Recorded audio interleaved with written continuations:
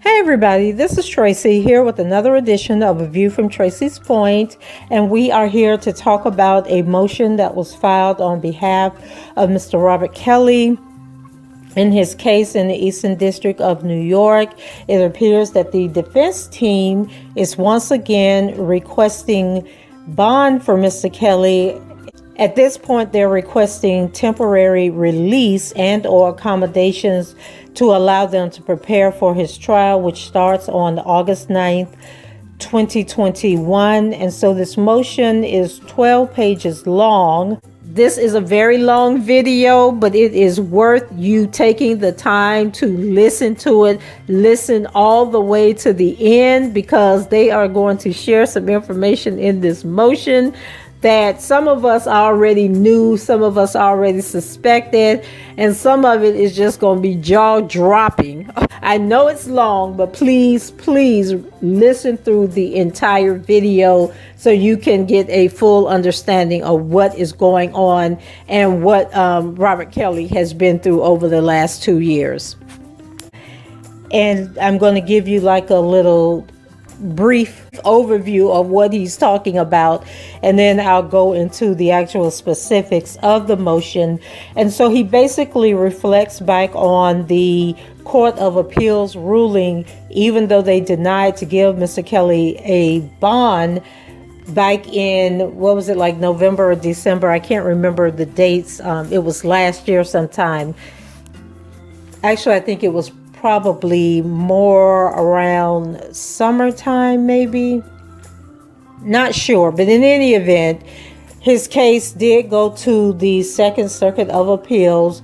They did deny the bond, upholding the court's, response to previous requests for bond, and basically saying that the courts need to provide Mr. Kelly with accommodations in order to be able to prepare for trial sufficiently, to have access to his attorneys, and to have access to the documents, the discovery, and someone there basically to help him go over these documents, whether it be a special room or something, that it was up to the courts to provide that for him.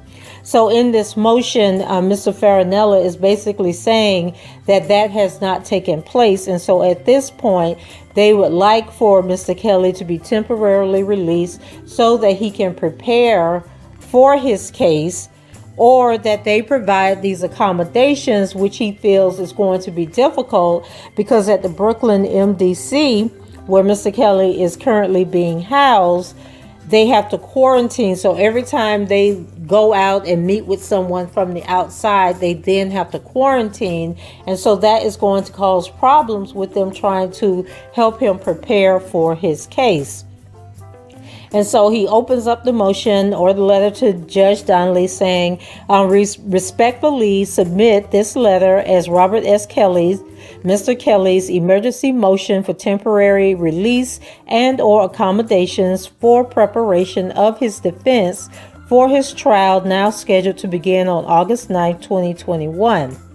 Mr. Kelly made 3 prior applications for bond and appealed the district court's denial for temporary release. Despite the Second Circuit's denial of Mr. Kelly's appeal, the court stated in their decision that, quote, we assume that adequate opportunity for consultation with counsel will be assured as a matter of trial administration by the judges who will preside over the 2 trials, end quote. This application is being filed to ensure that the Second Circuit's assumption hold true, as well as to ensure that Mr. Kelly's constitutional right to counsel and constitutional right to a fair trial are adhered to in this case. So then he goes into background, and that's part 1. And it says that since his arrival on June 22nd, 2021 to the Metropolitan Detention Center, Mr. Kelly has not been permitted to meet and confer with counsel in person and will not be able to do so until July 6, 2021, and after he tests negative for COVID-19. Now, I thought that Mr. Kelly had gotten vaccinated back in January when the vaccinations first came available, but I guess people are still getting COVID with the vaccination, and so he has to be tested, and it is going to take some time to get those results because you have to go through that incubation period and whatnot. And so it says that it is undisputed that he is illiterate, which makes in-person meetings essential so he can prepare for August 9, 2021 jury trial. Since December 2020, while at the MCC in Chicago, Mr. Kelly was granted the opportunity to attend FaceTime calls with his attorneys. The calls were scheduled on Monday, Wednesday, and Friday from 1:30 p.m. to 3:30 p.m. Central Standard Time. The FaceTime calls permitted a line of communication, but ultimately proved to not be very effective. The calls were constantly interrupted. A camera was placed both in front of Mr. Kelly and behind him, and Mr. Kelly's illiteracy created an impossible situation. A request was made to the MDC for an accommodation of Mr. Kelly's disability to no avail. This court granted Mr. Kelly's request to view the discovery material in prison.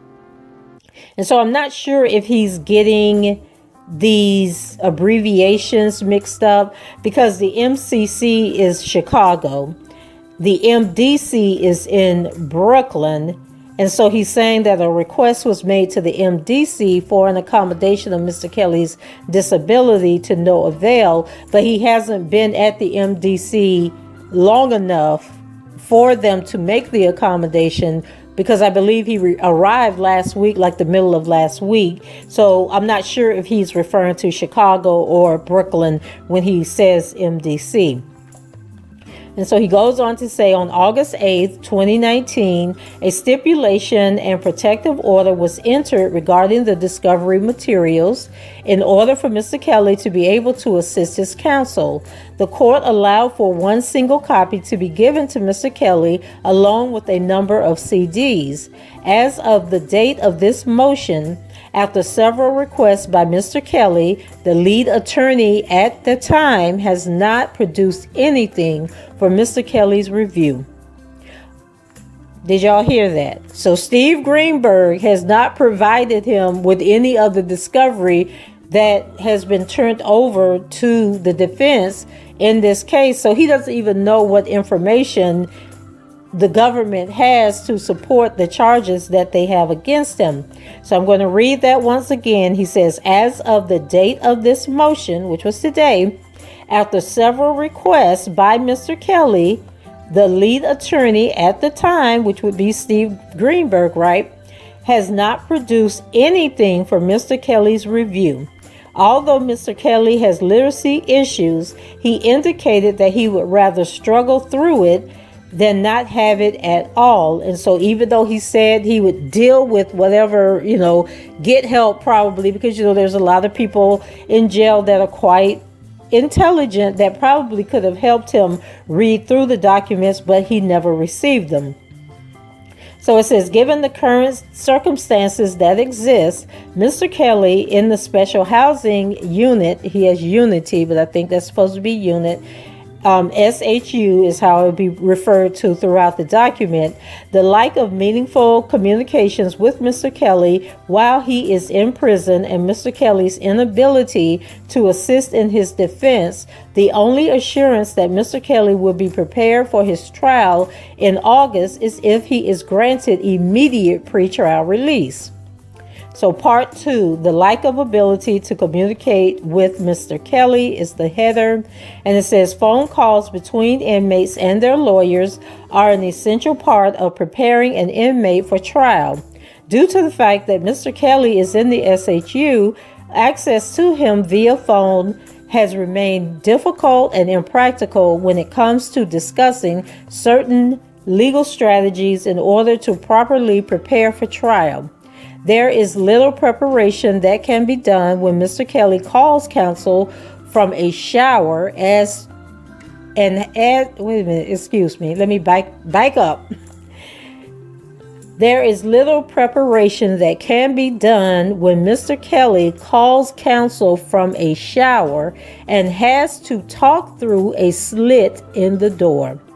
These barbaric conditions fundamentally prevent Mr. Kelly from being able to assist his counsel in his own defense. Meanwhile, every time Mr. Kelly speaks, everything he says is heard throughout the SHU, which is the Special Housing Unit, due to the acoustics and echo heard reverberating throughout the SHU prison walls. Again, not an appropriate environment to strategize with Mr. Kelly for his trial. Immediately upon learning of Mr. Kelly's transfer, counsel reached out to the MDC and scheduled a call. On June 23, 2021, Mr. Kelly placed a legal call at 7:30 a.m. The conversation was brief, and there was no legal substance discussed between Mr. Kelly's case due to the detention conditions that exist. At present, Mr. Kelly is forced to make phone calls from a shower in a desperate effort to obtain privacy, which is unacceptable. Clearly, a shower is not an appropriate place to have any meaningful conversation with one's lawyers. A few additional legal calls were placed, but unfortunately, they were met with the same difficulties. Mr. Kelly continues to inform counsel of the challenging conditions he is currently placed in, which unequivocally thwart his ability to properly assist his counsel in his own defense. Frankly, to believe that Mr. Kelly is able to assist in his own defense under these circumstances is beyond preposterous. In an effort to continue to prepare for trial, counsel requested FaceTime or a Zoom call be made available. Counsel was told that FaceTime and Zoom calls are not available for Mr. Kelly. Although FaceTime and Zoom calls don't necessarily remove the issues counsel is having in communicating with their client, it is better than nothing. Even this court seemed to acknowledge the difficulty of using a video conference to communicate with Mr. Kelly versus being in person at the Curcio hearing back on June 17. When addressing the fact that Mr. Kelly was present via video instead of in person, this court stated, quote, "But recognizing that I think it's very difficult for Mr. Kelly to have communications by video," and then he points out where in the transcript they can find that statement that was made, and I believe that statement was made by Judge Donnelly.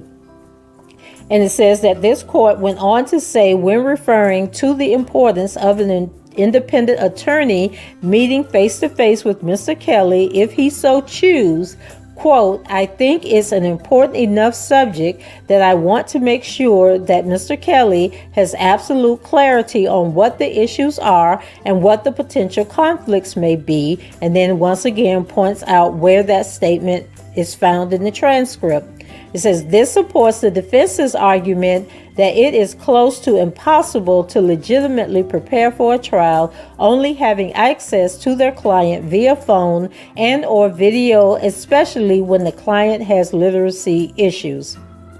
Pre-trial release of Mr. Kelly is appropriate due to the COVID-19 restrictions at the MDC. Understandably, the COVID-19 pandemic has necessitated the Federal Bureau of Prisons, which will be referred to as BOP going forward, to adhere to certain protocols to avoid transmission or spread of this deadly disease.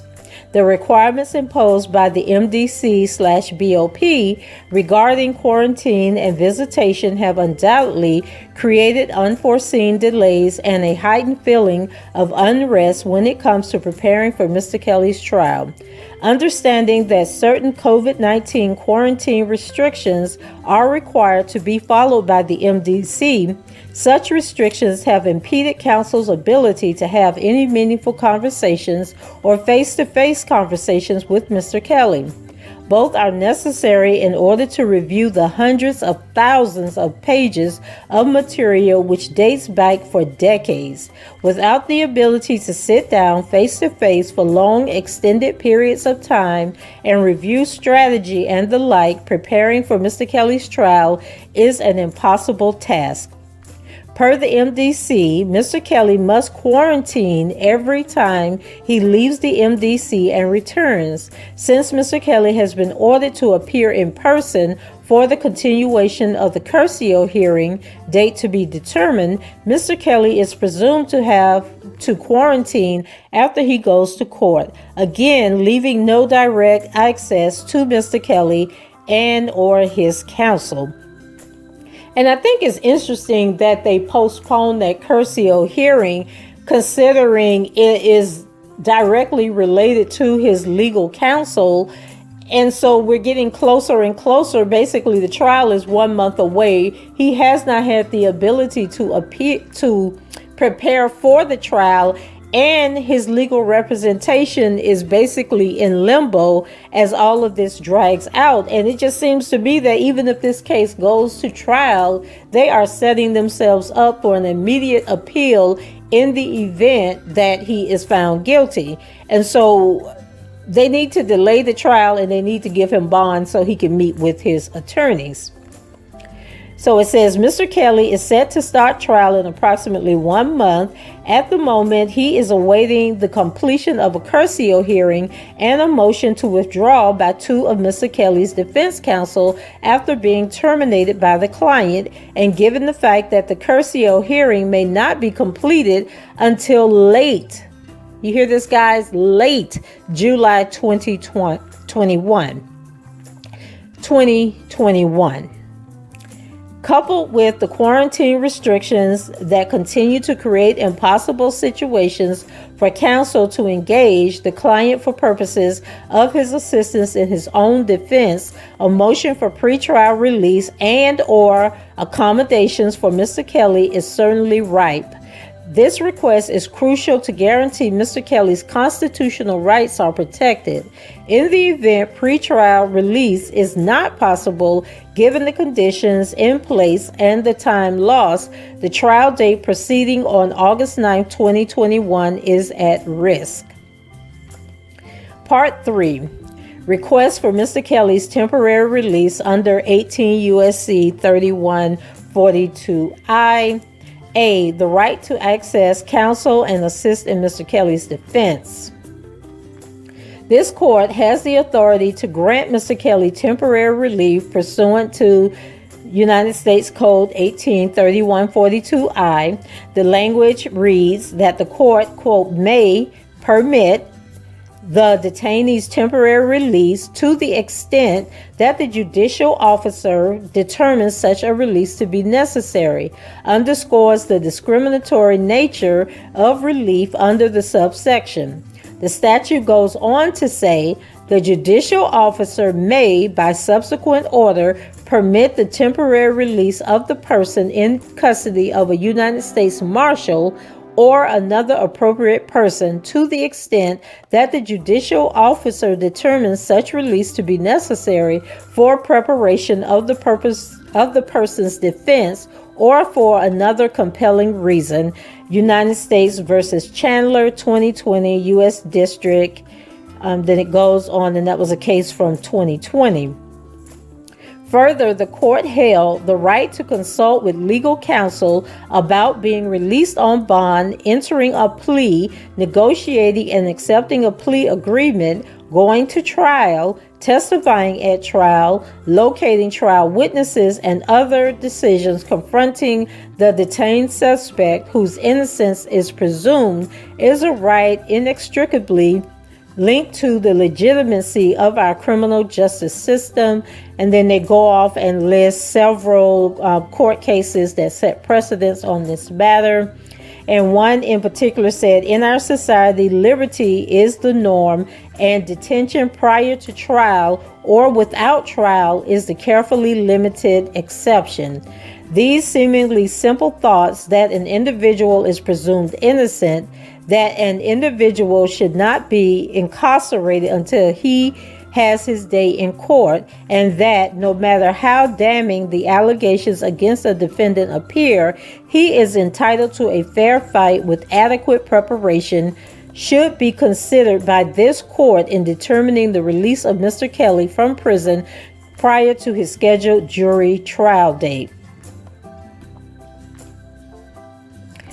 Failure to release Mr. Kelly would inevitably lead to a reduction of his constitutionality mandated right to access counsel and to assist in his defense during what the Supreme Court has found to be the most critical period of a case proceeding, the time between arraignment and the beginning of a trial, Powell versus State of Alabama.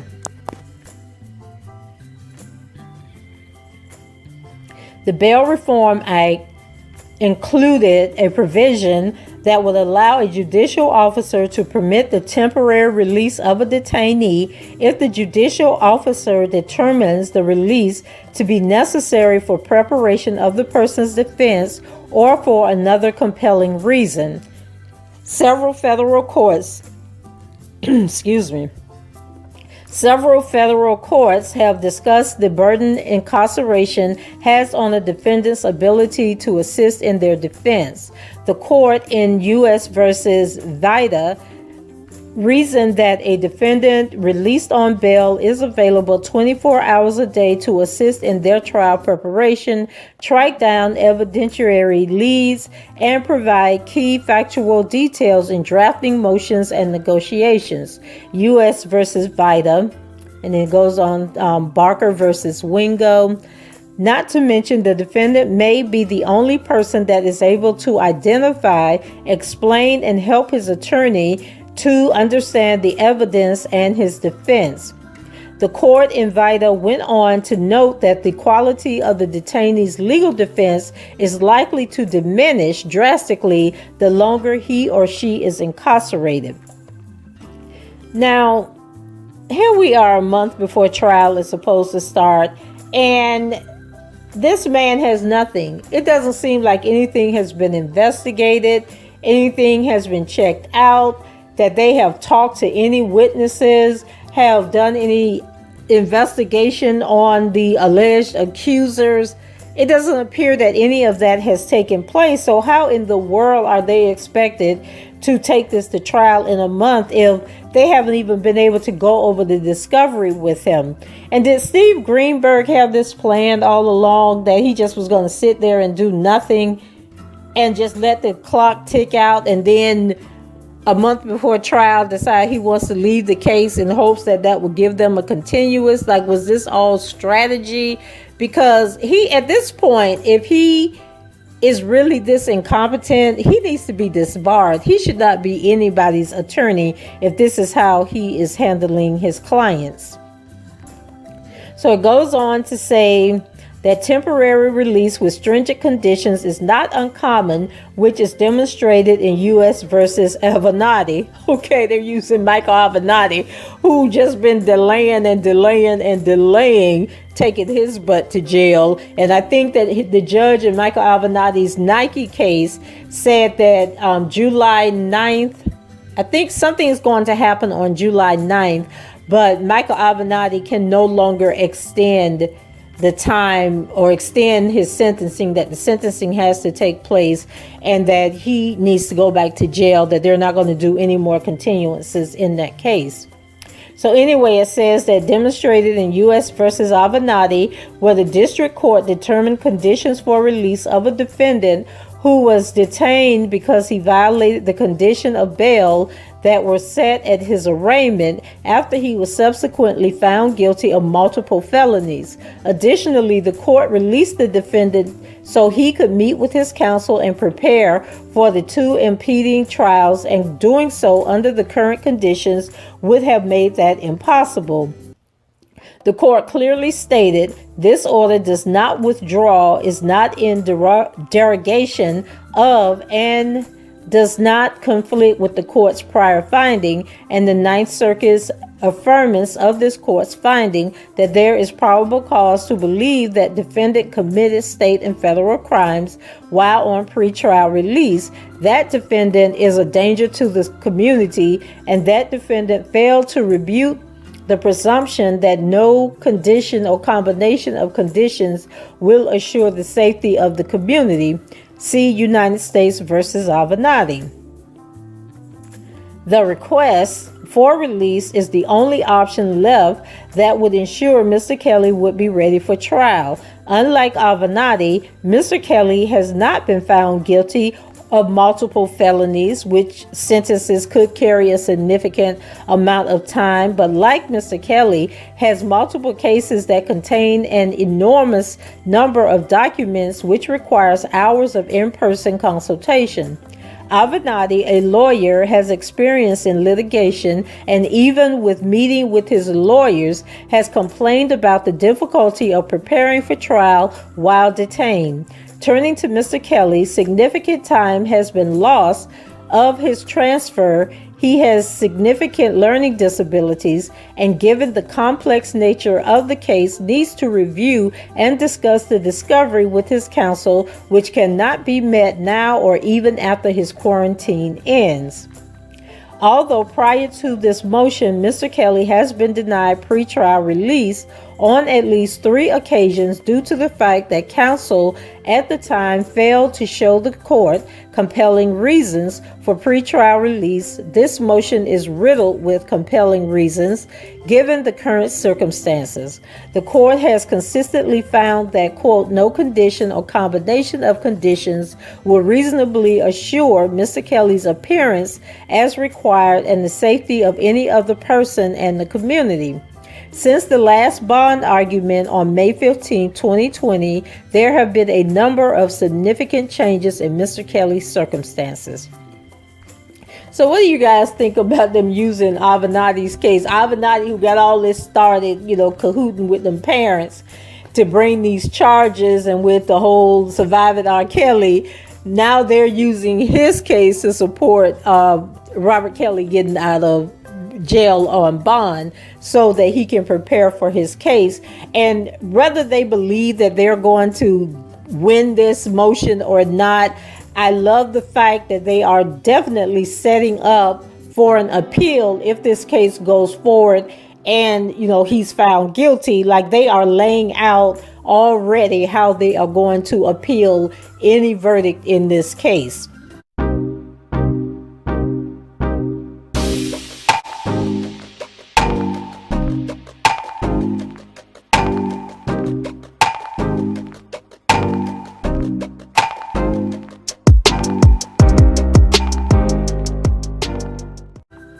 So it goes on to say the government primarily objected to pretrial release in their responses to the defense's previous motions for bond, stating that Mr. Kelly is a flight risk and a risk to the public and risk to the public safety. And let me stop right there and go back up a couple of paragraphs.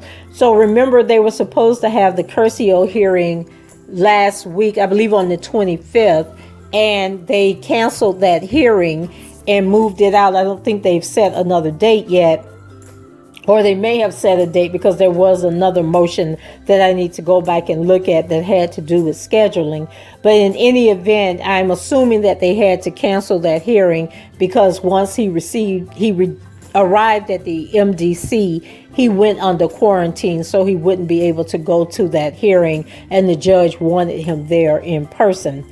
So back to where I was, the government primarily objected to pretrial release in their responses to the defense's previous motions for bond, stating that Mr. Kelly is a flight risk and a risk to the public and risk to the public's safety. The case of United States versus Thornton suggests that a district court can temporarily release a detainee pursuant to Code 3142I4, even after a prior order holding that the detainee was a flight risk or a risk to public safety.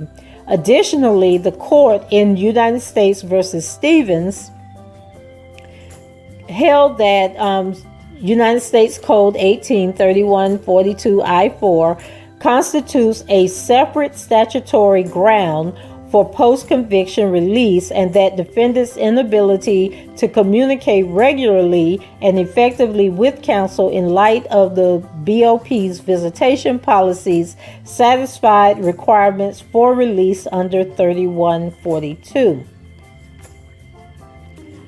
These rulings speak directly to the case at bar due to the fact that Mr. Kelly needs to prepare his defense for his upcoming EDNY, Eastern District of New York case. The present jury trial date was planned without knowing that a Curcio hearing was going to take place and not be completed until a few weeks or days before Mr. Kelly's jury trial is scheduled to begin. Given the numerous hindrances that have occurred in counsel having access to their client, it is nearly impossible to expect the defense to be prepared while Mr. Kelly remains in custody. Moreover, attorney-client communication is an essential component of the meaningful access to courts guaranteed under the Constitution. And then they name off several cases that support this. And it says hospitalized pretrial detainee with AIDS stated claim for violation of his constitutional right of access to the court's case of hospital detention policies that prevented him from attending court, filing motions including to reduce his bond, and meeting with counsel. Court found that the opportunity to communicate privately with an attorney is an important part of that meaningful access to courts under the 14th Amendment. If a lawyer is unable to go to the jail because of the virus, example given is under mandatory quarantine because she or someone she is close to is exhibiting symptoms associated with the virus or has been exposed to someone who has tested positive, he can only communicate with his client by phone. And that court case was May versus Sheehan, and it was from 2000, and it was in the 7th Circuit. So the question is whether there are any conditions that would permit release. Here, conditions can easily be fashioned to ensure Mr. Kelly's return pursuant to United States Code 183142. The defendant is prepared to 1. Execute a bond co-signed by a financially responsible person. 2. Be placed under 24-hour home confinement to be enforced by location monitoring technology to be determined by pretrial services. Mr. Kelly would only leave the residence for necessary medical services. All other leave from the residence would be submitted through defense counsel for the court's approval. 3. Mr. Kelly will not be released from MDC until all conditions are met, including the availability of location monitoring equipment. 4. A review by this court not to exceed 15 days, at which time the need for continued release under the compelling reason that release was ordered can be revisited by the court. 5. When home visits are scheduled by pretrial services, Mr. Kelly will comply with pretrial services requests to remove all cohabitants of the residence prior to the visit. In sum, Mr. Kelly is being denied his 6th Amendment right to access to counsel. Now let's go back to the cohabitants. Who else need to be in this apartment or hotel room or wherever it is that they're trying to take him to, because they can't take him back to Chicago. We know that's not going to happen. So he's going to have to be housed somewhere in Brooklyn where the marshals and everybody can keep an eye on him. So once again, we're going back to these cohabitants, not calling them the girlfriend, but cohabitants. Nobody else needs to be in there with him except for the marshal and whoever they got watching over him, and then the attorneys coming and going. Nobody else needs to be staying in any residence with him while he prepares for this trial. So in sum, Mr. Kelly is being denied his Sixth Amendment right to access to counsel. There is no iron curtain drawn between the Constitution and the prisons of this country. Wolf versus McDonald. A court should not unjustifiably obstruct the availability of professional representation or other aspects of the right of access to the court. Therefore, restrictions imposed by the district court should not dwarf Mr. Kelly's Sixth Amendment right to have access to his counsel and to be able to prepare for his trial. Mr. Kelly maintains his innocence. He moves for temporary pretrial release under 18 U.S.C. 3142I, which permits a court to order the temporary release of a detainee when necessary for preparation of the person's defense or for another compelling reason. The defense would be remiss if counsel failed to address an obvious stumbling block in Mr. Kelly's ability to assist counsel in his own defense. It is undisputed that Mr. Kelly cannot read or write.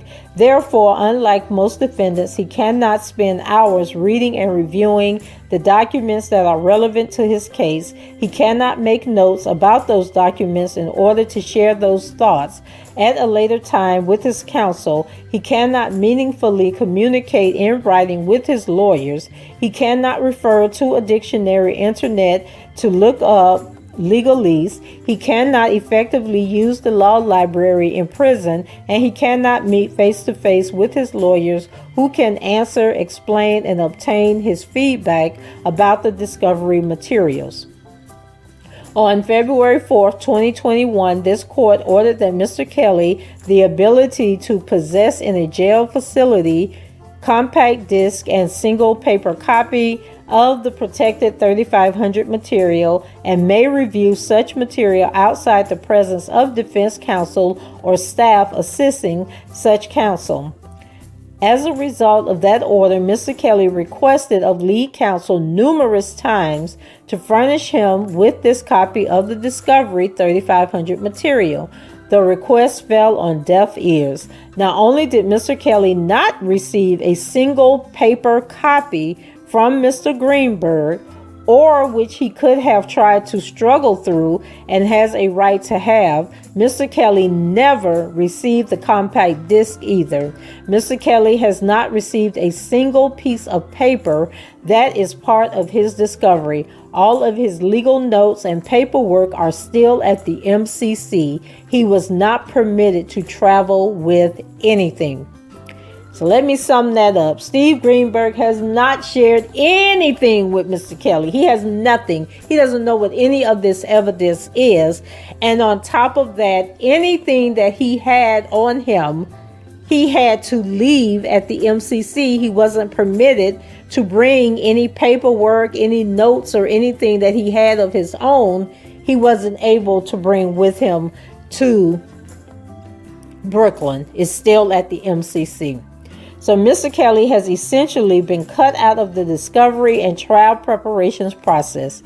Moreover, because of the pandemic and the visiting hours for attorneys at the MDC, his overall communications with counsel in assisting in his own defense have been cut out.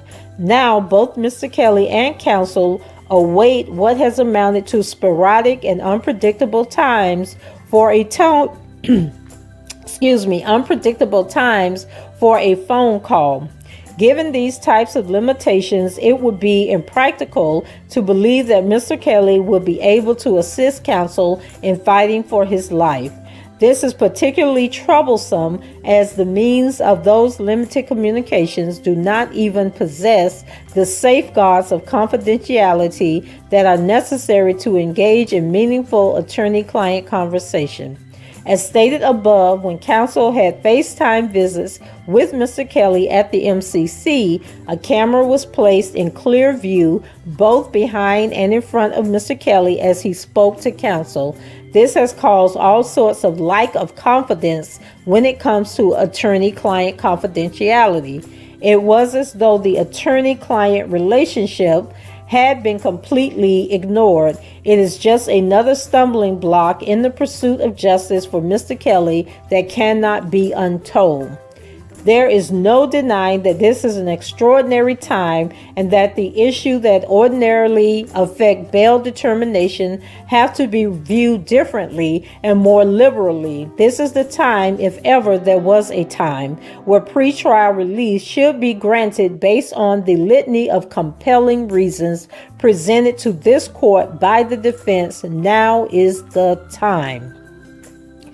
I agree with you, Mr. Farinella. I don't know if the judge going to agree with you, but I agree with you.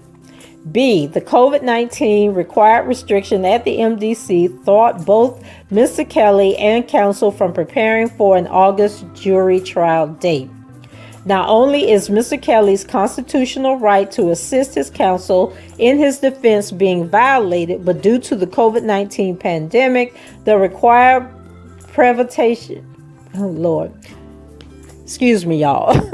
the required preventative measures for avoidance of the contraction or spread of the disease per the BOP creates additional hurdles and setbacks when it comes to counsel's ability to prepare for a trial that is slated to begin approximately 1 month.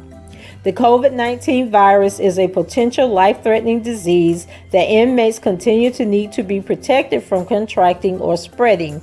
As of June 25, 2021, BOP had 54 federal inmates and 135 BOP staff who have confirmed positive test results for COVID-19 nationwide. There have been 240 federal inmate deaths and 4 BOP staff member deaths attributed to COVID-19 disease. Although the number of BOP inmates contracting the disease has certainly lessened since the height of the pandemic, per the BOP, 44,333 inmates and 6,878 staff contracted the deadly disease. Safeguards to prevent the spread of COVID-19, which are to be adhered to meticulously, are still very much in place at the MDC. As of January 22, 2021, the CDC recommended the combination of getting vaccinated and following other CDC recommendations for protection that offers the best protection from COVID-19 at the present time. The CDC stresses the importance of wearing masks or cloth coverings to help reduce the chances of being exposed to the virus or spreading it to others. The CDC also explains the importance of social distancing within the BOP in order to stop the spread of infection. Per the federal BOP, inmates with no prior history of COVID-19, and then they have in parentheses Mr. Kelly, should be tested prior to a transfer and, if negative, placed in release transfer quarantine. On June 22, 2021, it was presumed this step was taken by the Metropolitan Correction Center prison in Chicago, Illinois, but it was revealed that Mr. Kelly was not tested prior to the transfer to the MDC in Brooklyn, New York. Next, the BOP requires that person, Mr. Kelly, to be housed separately from inmates in exposure or intake quarantine. Once Mr. Kelly arrived at the MDC, he was immediately placed in the SHU, a tiny cell usually about 6 feet by 9 feet in size. Another inmate was placed in that same cell with Mr. Kelly.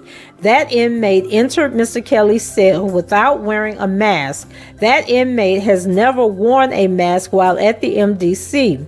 MDC does not require masks worn in the cell.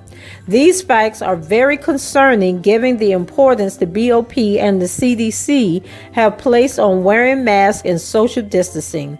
Mr. Kelly's cell, which is barely big enough for one inmate, has 2 inmates bunking together who did not get transferred to the MDC together, who are not able to social distance within their cell and are not required to wear masks.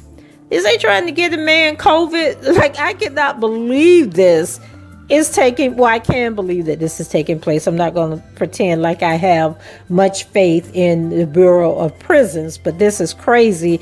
And a 6x9 cell, 6x9 cell, that is crazy. Like, that is barely room enough to walk around in with a bed in there. That's crazy. So it is well known that the stark reality of placing an inmate in the SHU causes a slew of mental health issues, including but not limited to hallucinations, anxiety, panic attacks, memory deficiencies, concentration issues, paranoia, and impulse control. Now I wonder if this is one of them cells where those little tiny cells that don't have windows and they have the steel door and they slide the food through the tray. Like, they're calling it the special housing unit, but it sounds like solitary confinement to me.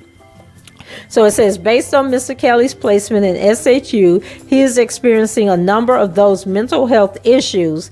It does not help that Mr. Kelly was erroneously placed in the SHU for 70 plus days when he was first incarcerated at the MCC, and still has nightmares to this day about his experiences in the SHU. Inmates placed in the SHU, whether for punishment or protection, are subjected to virtually the same conditions as those confined in the SHU due to disciplinary infractions. The mental anguish alone that Mr. Kelly is experiencing from being placed in SHU again thwarts counsel's ability to involve Mr. Kelly in assisting in his own defense.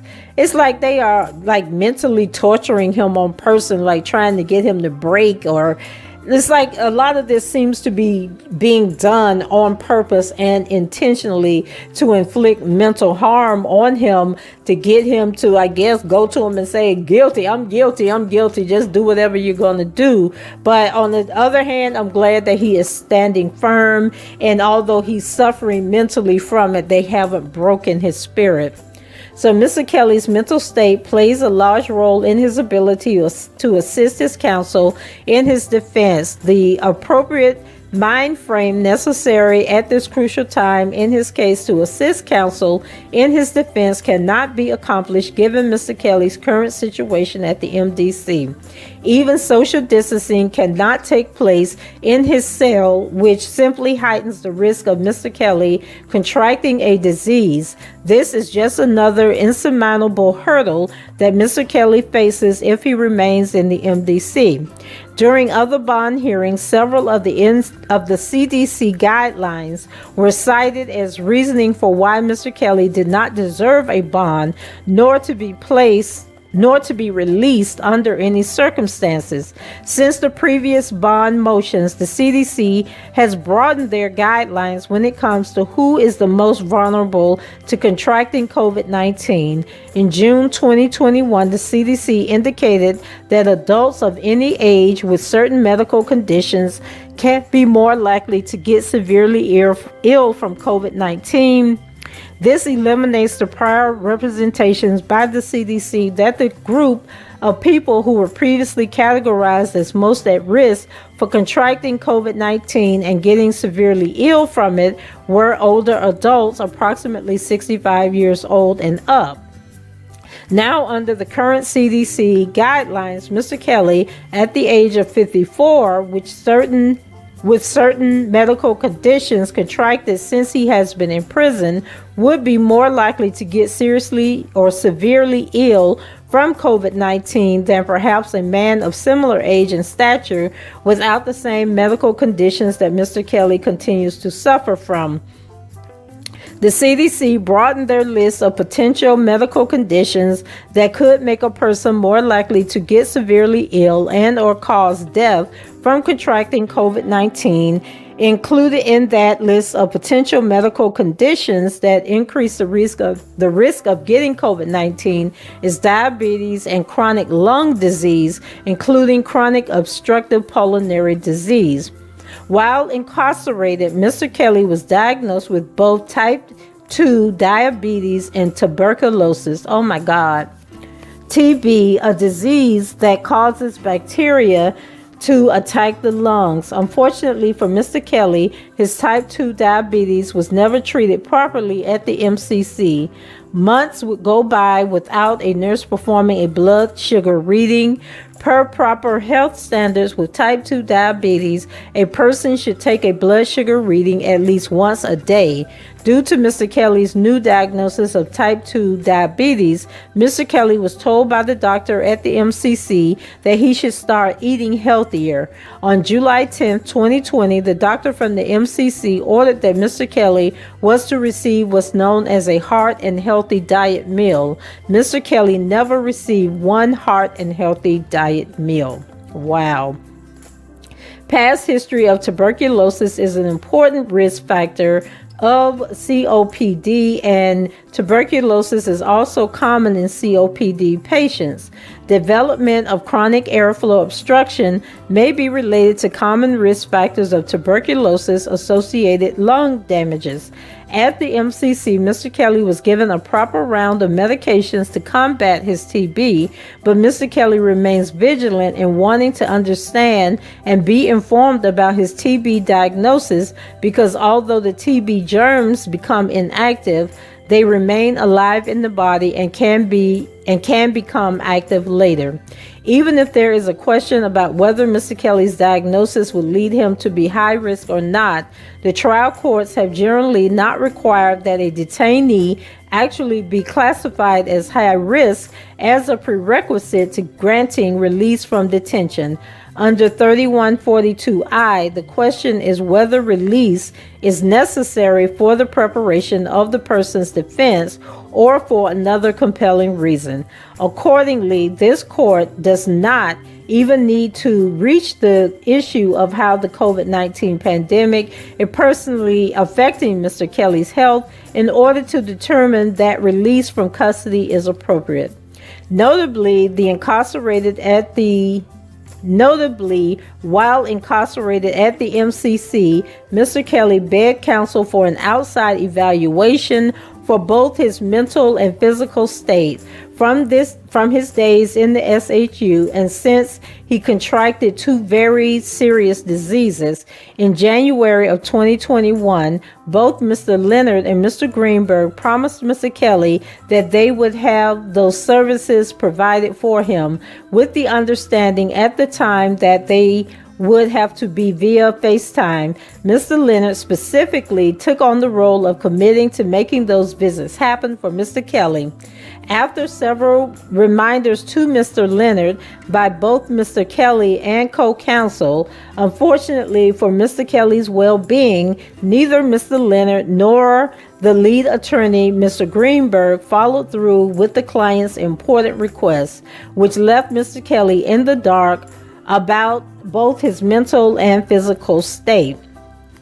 The extraordinary burdens imposed by the coronavirus pandemic restrictions, in conjunction with Mr. Kelly's right to assist in preparing for his own defense, certainly constitute compelling reasons that would permit this court to order the temporary release of Mr. Kelly pursuant to United States Code 18, Section 3142I.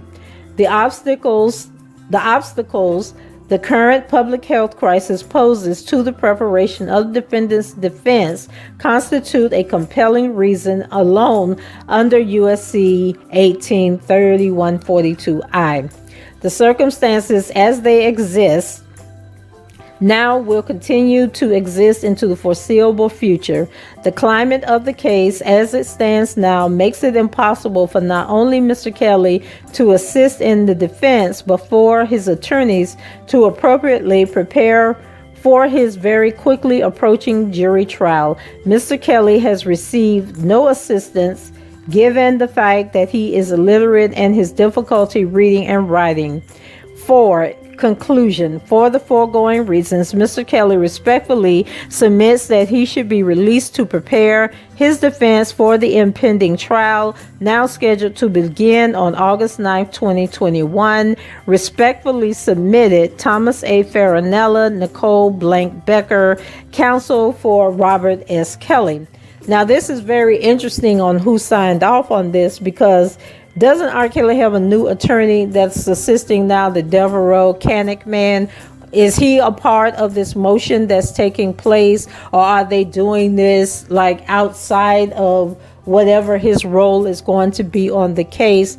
I think of all the motions that have been submitted for bond, that this has been the most well-written one, the more factual, the best sounding one, that to me, if the judge denies this motion or doesn't make the accommodations that he needs in order to prepare for trial, then child, I don't even know what to tell you. I would say that if this man is found guilty, that they have already laid the foundation for an appeal, because his constitutional rights to a fair trial are obviously being violated, that he has been locked up for 2 years and his attorneys have not done anything to assist him.